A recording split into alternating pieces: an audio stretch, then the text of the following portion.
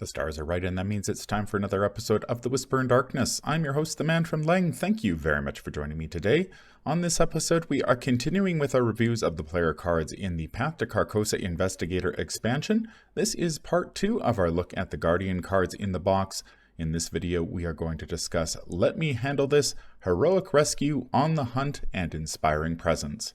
There are spoilers throughout if you care about that sort of thing. If you enjoy what you hear, remember to like, comment, and subscribe. Before we get started, a quick reminder of how we rate cards here on The Whisper in Darkness. The best of the best get an Elder Sign, while the worst of the worst get an Auto Fail, and the cards in between get a +1, 0, or Elder Thing respectively. Cards that you build around or cards that are good in one particular deck get a Bless token, while cards that we believe are destined to end up on the list of taboos or are simply bad for the big game get a Curse token. Before we get started, I'd like to thank the patrons of this channel for their tremendous support. You all rock. If you'd like to be amazing like these people and support the channel's goals and see your name on this list, head over to patreon.com, sign up for a tier of your choice, and claim your rewards. That would be awesome. Special thanks to Cole Monroe Chitty, Nicole Fiscus, and Nate Lost in Time and Space for their contributions to the channel. I couldn't do it without you. Without further ado, let's get started. Welcome back, everyone, to our reviews of the player cards in the Path to Carcosa Investigator expansion, the repackaged re-release of the original Path to Carcosa cycle, which was the third cycle of the game. We are taking a look at the Guardian cards. We're sort of taking a look at the cards in the context of when they were released at the time. So if you only have Core, Dunwich, and Path to Carcosa, but we're also mentioning if there are any sort of recent cards that either replace these cards or enhance them in some way. I'm primarily looking at the cards from a solo perspective, since that's what I play, and Nate and Matastrophic are tackling. I think, Nate, you play a lot of two-player, and Matastrophic is our multiplayer expert. So we have all our bases covered. The first card we're going to talk about is Let Me Handle This. It is a free event with willpower and combat skill icons. Spirit trait, fast. Play after another investigator draws a non-peril encounter card, but before resolving that card's effects, you are considered to have drawn that encounter card instead. You get +2 to each of your skills while resolving that card's revelation effect. Now, I don't play multiplayer all that often, but when I do, I know enough to put this card in my deck because it is fantastic. Yeah, this card is quite good. Yeah, it's Guardian's Ward of Protection, effectively. Yep, I have that in my notes too. It's like, in practice, this card ends up just being Ward of Protection, because not only does it like get the threat off your teammate, but then it gives you the +2 boost to pass whatever test it is anyway, or an enemy. You can just grab it. So it's like, my goodness, this is so good. Yeah, I think that's actually my one tip for the audience: is don't focus too much on the +2. Grabbing an enemy off of somebody from all the way across the table doesn't have to be in your location. Is actually like really good. Yeah, it's like really good. Yeah, this is very, in like 3 or 4 player, you're gonna save someone's butt, because when you're in 4 player and you have 4 encounter cards being drawn a turn, like at some point someone's gonna get like Achilles healed, and then you just save them. Yeah, without having to spend XP, by the way. Yeah, this one, it's free, which is awesome, especially in Guardians, who are a little choked for resources after they get all their weapons on the table. The fact that you can grab an enemy from any location on the table, doesn't have to be your location, is fantastic. And the fact that you can even grab a treachery and get +2. And for the investigator in the box, Mark Harrigan, most Guardians at this stage have average to above average willpower. So this puts them at a 5 or even a 6. And Mark has 3 agility. So if you happen to grab one of the agility treacheries, he's at a 5 as well, which is a pretty solid starting spot. Yeah, and this card has proven itself over the test of too. Yeah. Like, this is a card that I definitely still consider in my decks to this. In fact, I think I would go so far as to say that like it's almost like a staple on a guardian. It makes you really feel like a guardian. Where it's like, I've got you, bro. And you protect somebody from something that could be really nasty. It's almost as if the onus is on you to like come up with a reason to not take this card, even. In a multiplayer setting, that is. I could understand not taking it if you're both playing generalists and you're both are like really good at dealing. You're like pretty good at dealing with everything that hits the table. But if you're playing like a team of specialists, then this is kind of important. Ratings? Elder Signs across the board? I think so, yeah. I'm definitely going to give it an Elder Sign. Yeah, from the 3-4 player perspective, absolutely take 2 of these. Even in 2-player, it's like you said, the Achilles heel problem, That's true. Yeah. If Daisy doesn't have the means to deal with grasping hands, I was actually thinking that like you just don't want to risk it. Cool. Yeah. I was actually thinking that in Mark Harrigan, like he actually likes taking extra treacheries that deal damage because if he manages to fail the grasping hands test by 1, then like he's kind of happy because he draws a card. Mm-hmm. So this card's really good. Yeah, I'll give it an Elder Sign. Yeah. Yeah, from the solo perspective, obviously this is an auto fail, but there's no way I can give this card an auto fail. I recognize it's multiplayer only, and it is a very good multiplayer card at that. So Elder Signs across the board for Let Me Handle This. If you are not putting this in your multiplayer deck, I'm not sure what you're doing. You probably don't like your friends around the table. You're not playing a guardian, or you don't like your friends. Yeah. You want to teach them a lesson. Evade your own stuff, Daisy. The next card we're going to talk about is Heroic Rescue. It is a 1-cost event with willpower and combat skill icons, spirit and tactic trait, fast, play when a non-elite enemy would attack another investigator at your location. Engage that enemy and resolve its attack against you instead, then deal it 1 damage.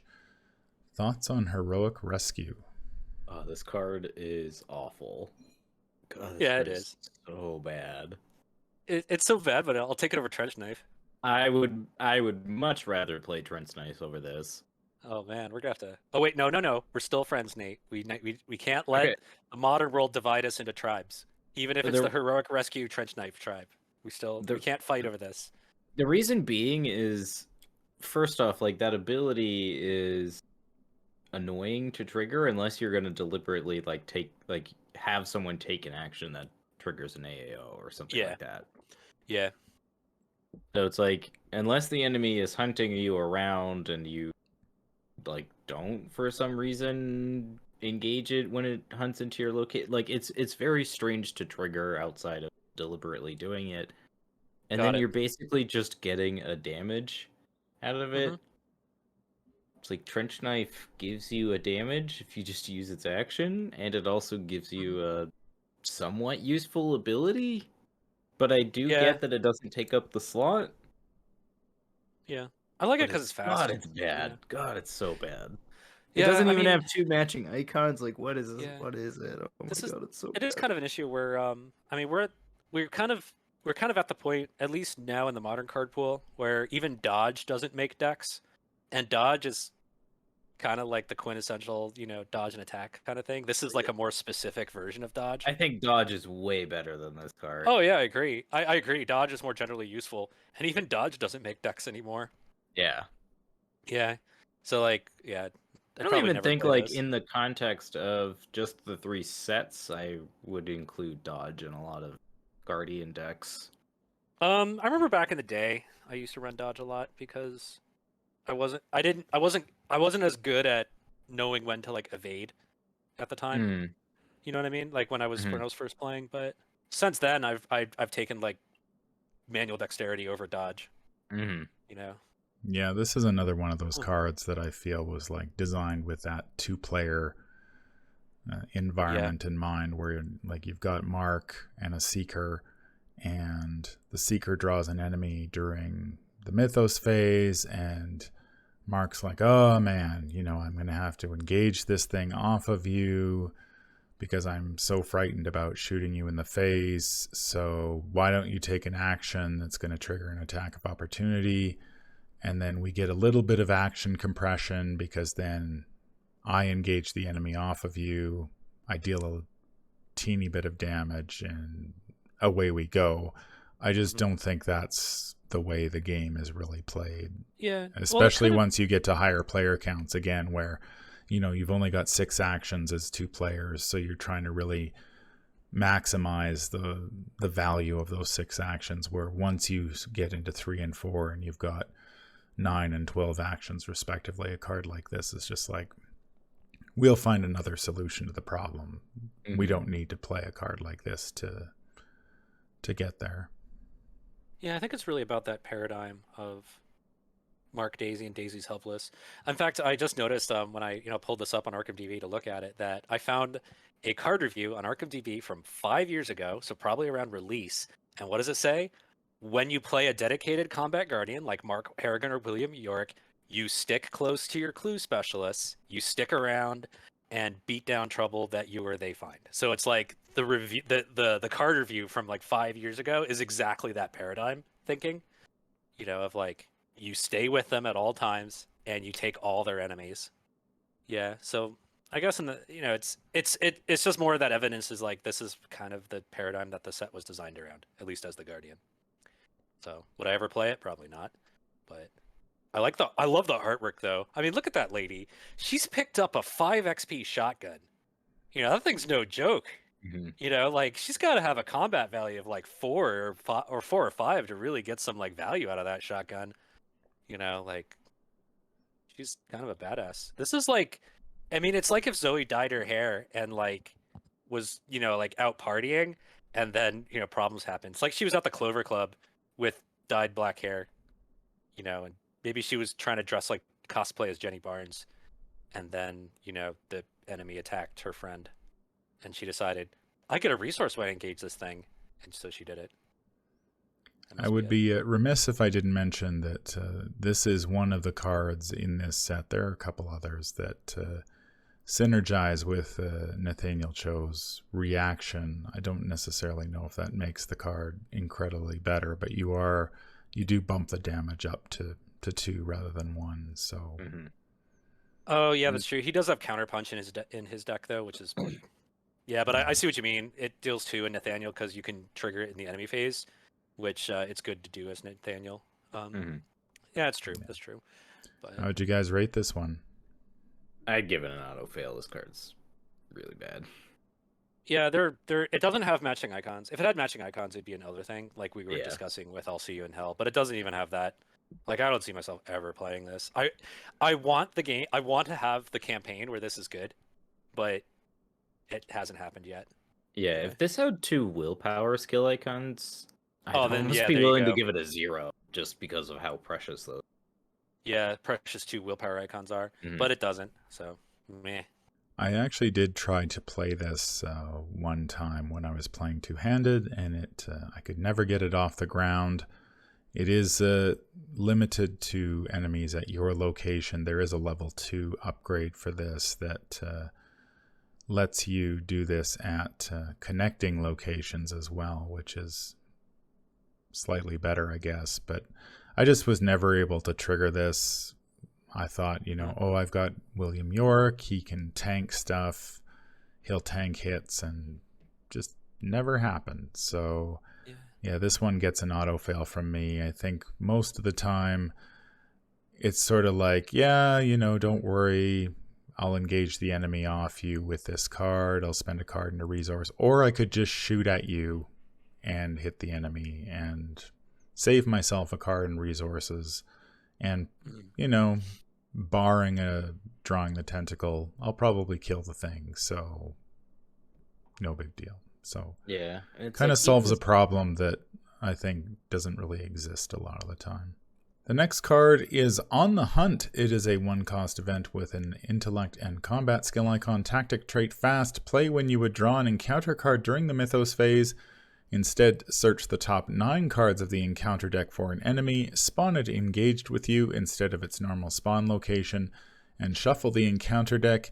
if you cannot draw the top card of the encounter deck. So one of the issues that some Guardians face when they play is that they simply never draw the enemies. This lets you go fish for one. It does search the top 9, which is pretty generous. Most encounter decks range from 20 to 30 cards, so chances of you getting an enemy are pretty good, especially if you want to go fish for an enemy that's worth VPs. Most scenarios tend to have one of those in there, and if your group is particularly XP hungry, this can get you one. There is a level 3 upgrade in Edge of the Earth. What do you guys think about this one? This is just a really cool card in general, too. Like, it does something wholly unique to any other Guardian card up to this point. Like, there is no other Guardian card that lets you go dig around in the encounter deck and find an enemy. That's wholly unique to this card, and that's really cool. And like you were saying, like being able to fish out VP is really good because Guardians especially need a lot of experience if they're trying to go for those like 5 XP weapons. You know, being able to like use this to be able to help you find the enemies that you can kill to get more XP, so you can get weapons, so you can kill more enemies. It's a nice feedback loop. Yeah, I see what you mean. I think my only strike against this and why I haven't played it very much is that it doesn't reduce the number of encounter cards drawn altogether. So, like, it only works if you would have drawn a treachery that you don't like, and instead you get to draw an enemy, and that's, like, a really good thing. If you... Because you could have just drawn an encounter card and it was an enemy anyway, and then, you know, this card would have done nothing. So, personally, I'm not a big fan of this at higher player counts because you have a lot of... Because often enough, when you have 4 players, you draw 4 encounter cards, and you're the Guardian, like, you're able to just shoot the enemy anyway, because someone has drawn it. And also, you blow through the encounter deck pretty fast, so you're gonna get to see the victory point enemies anyway. So I'm guessing the marginal value that this gives you is kind of low in 4-player, in my opinion. You know, because you're drawing through the encounter deck pretty quick. But if you're in 2-player, and you're like, okay, if I don't draw an enemy, I have nothing to do this turn, then yeah, I see why this is like pretty good. Yeah. Or if you're in solo, actually, I think this is actually really good in solo because you know what you're getting. You know. And then there's also just certain scenarios that require you to go fish a particular enemy out of the deck, and then all of a sudden this card is like the most amazing thing you could be doing. Yeah, and I also like this in Roland because Roland is definitely an investigator. Is like he likes having an enemy engage with him, so it's like if you clear the board, go get Roland because then he gets to use his ability. I did mention that you can fish VP enemies out with, which is one use, but I think it's also important to mention or reiterate that the enemy spawns engaged with you, which lets you engage enemies on your terms instead of theirs, which with somebody like the Wizard of the Order can be huge. Yes. Depending on the scenario. So the Wizard of the Order inevitably will spawn probably, I think can spawn at like, it has to be an empty location, but sometimes those empty locations are very far away. And then suddenly the timer on the game just got jump-started. This lets you go get the wizard before you get to deal with him on your terms instead of his, which is pretty big. I think between this, if you have both 2 copies of this and 2 copies of Let Me Handle This, like, you're really providing a lot of nice enemy hunting backup for your team, I think, at that point. Because you do get that enemy out of the encounter deck, so your friends can't draw it later. How would you guys rate this one? I'd give this a +1. This is a really solid card, especially in 2-player, where the Guardian may not have something to do, so they go fish the enemies out, and now they have something meaningful to do with their turn, and then hopefully that means that they're preventing their partner drawing enemies in the future. So from the 4-player perspective, where I think the value of this thing is kind of less pronounced, because you're drawing more encounter cards, more enemies come out, the extra value that this gives you is not as big of a deal. I think I'm going to give this a 0 from like the higher player count perspective. I don't know how often I've actually put this card in my solo decks, largely because I don't like drawing enemies when I'm playing solo. Oh, you don't like drawing enemies altogether. I see. Altogether. So while I I mean, it is good from a VP perspective, which a solo player could certainly use all the VPs they can get. I tend not to like going out and fishing for an enemy seems dangerous simply because you get the one, and then of course the next Mythos phase you get the second, and then all of a sudden as a solo player you are in deep trouble. Because now you've got two, and one of those you brought upon yourself. Yeah, but if you've got the game situation under control, let's say you've got your machete out, you're ready to go. Don't you want to use that opportunity to say, I'm drawing the Wizard of the Order right now, and I never have to draw him and go hunt him down? You know, like when you've got the game under control? No. Yeah. Not in solo. No. Oh, okay. I think in solo specifically, you just don't have the time to deal with stuff like that. Okay. Ideally, you want to draw no enemies. Draw encounter cards that you can just immediately deal with. Oh, that don't take actions to deal with. Yeah. Yeah, use that health and sanity as your resource pool. Because essentially, any enemy you draw in solo is almost your whole turn, regardless of what enemy it is. Like, even if it takes only kill, like you still eventually have to plan your whole turn around dealing with the enemy before you do I see what you mean. else. Okay. Yeah, I think given the solo, I'm gonna go Elder Thing on this one. I think I couldn't rate it. It's obviously not an auto fail, but I don't know if I'm reaching for this one very often. I mean, I can definitely appreciate its value in 2-player, and if you're playing a scenario where you need a specific enemy, where you're hunting for a specific enemy, but I feel like if I drew this card and given the choice between just sort of drawing a treachery and going hunting for an enemy, I would rather have the treachery a lot of the time. Okay. But I can certainly appreciate the fact that it does give, I find in multiplayer, if you do end up in one of those stretches where there are no enemies on the table and you're a specialist who's geared up to kill stuff, you're going to have a few turns where it's like, well, I've got nothing to do. So I might as well go and kill something, especially if it's a VP enemy and it's going to get placed in the victory display and you're never going to have to see it again, which is nice. I do think often enough in that situation, though, I'd rather, like, from the 4-player perspective, where if it's 4-player and the board is clear, then like you've pretty much already won the game because the scenario is not catching up to you.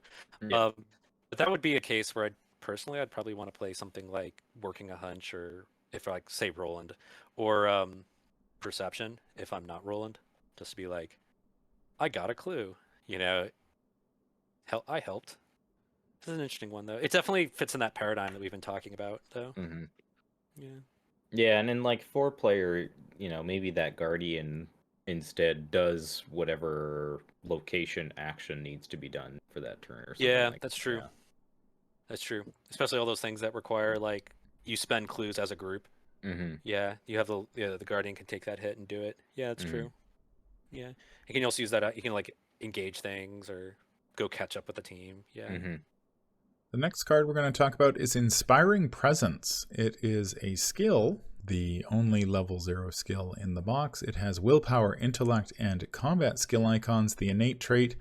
If this skill test is successful, ready an ally asset at your location and heal 1 damage or 1 horror from it. So this skill helps you squeeze a little bit of extra oomph out of strong allies. If you just own Core Set and maybe Dunwich in this box, Beat Cop is one of those allies. You can sort of heal it, get a little bit of extra damage out of it. I've often wanted to play this in my Ashcan Pete deck, but I don't think I ever have, simply because you can ready, it is one of the few ways that you can ready Duke, which is pretty good. The biggest problem I have with this one is the icons are kind of wonky. I'm not too sure why they just didn't put a wild icon on this and call it a day. I'm not sure why you can't inspire people with your amazing agility, but I guess if you're carrying a torch, that might be too difficult. And the fact that you need to pass the test, but you're only getting one icon to do that, which is kind of, yeah. What do you guys think about this one? So, like you mentioned, it does interact favorably with things like Beat Cop and Guard Dog. You can use it to kind of save a fellow ally in play if necessary. Like if your friend's Leo DeLuca is going to go down, maybe next turn due to some effect, you can kind of heal a damage off of it or help it along its way. I have actually used this in Ashcan Pete for that exact reason, that you can use Duke, and that is actually pretty nice. Because you can use Duke's ability, go up to a 5 with this card, kill something, maybe ready Duke, and then move and investigate. That's pretty good. And in that deck, you play something like Grizzly Totem, and then Grizzly Totem gives you the extra icon, and now all of a sudden this card's actually pretty good. Yeah. Because of its spread of icons. So I don't know. It's one of those cards that, to me, when I've played it, it's better in practice than it seems. Like, Yeah. it seems pretty unassuming, but Yeah. readying an ally is not an ability that is on a lot of cards. And allies are specifically balanced around the fact that you can only use them once. So being able to double up on effects like that is generally really, really good. Yeah, that's true. That's what I was starting to think. So it turns out in this cycle there are 5 cards: Inspiring Presence, Eureka, etc. Watch this. Is another one where they have the 3 different icons, but and I've discovered over the years is that the card isn't about the icon; it's about getting the free thing, that comes when you succeed. So like I almost consider these like events almost. Except they cost 0 but you got to succeed at your skill test to get them. So the question is do you have an ally that's worth readying? And so it's really about what allies you're packing in your deck. The thing is, in Guardian, there aren't actually a whole lot of them at this point that are worth like readying, because level 0 Beat Cop discards himself. Guard Dog doesn't need to exhaust. But the only one you've got is Beat Cop level 2. So I guess if you're all in and you're doing the Beat Cop level 2, and because that he exhausts and deals himself a damage, I'm like, okay, so it's more free damage. You're gonna use your Beat Cop level 2 twice. I get it. I see what you're doing. You can stack on some extra damage. Would I play this over Vicious Blow? Hell no. But yeah, I see what's going on here.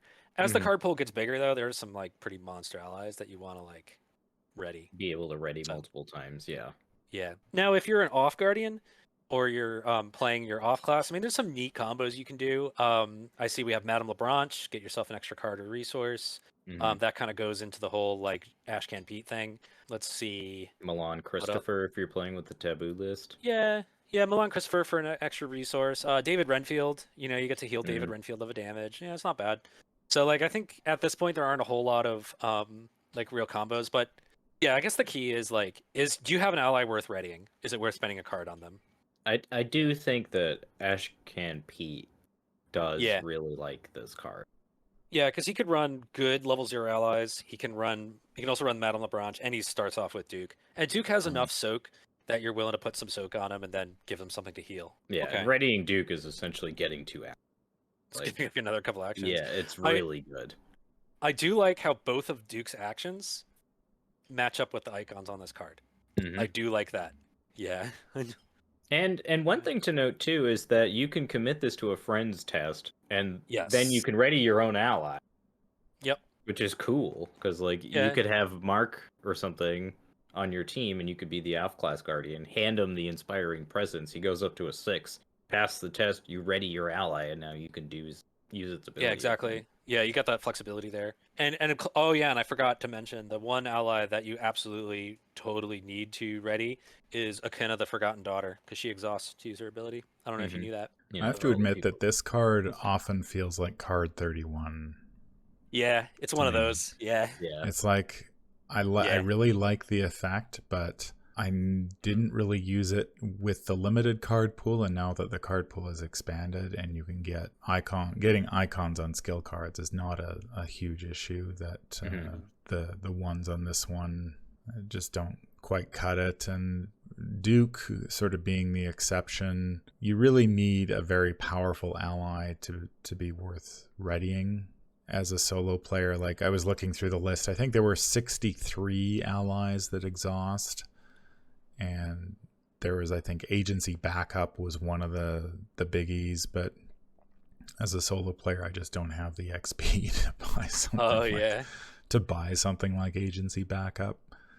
So I think in solo especially, you prioritize consistency over like ceiling, if that makes sense, because it's like in solo you just need enough of everything, but in 2-player and up you kind of need a bit more juice in the tank, because the enemies start to scale up a little larger. You know, like the ghoul priest goes to 10 HP rather than 5, so that becomes a lot more difficult to kill in a single turn.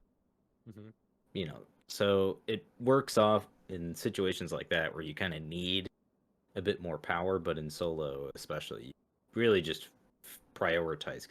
Yeah, that being said, like, there's some good allies that have good exhaust effects later on.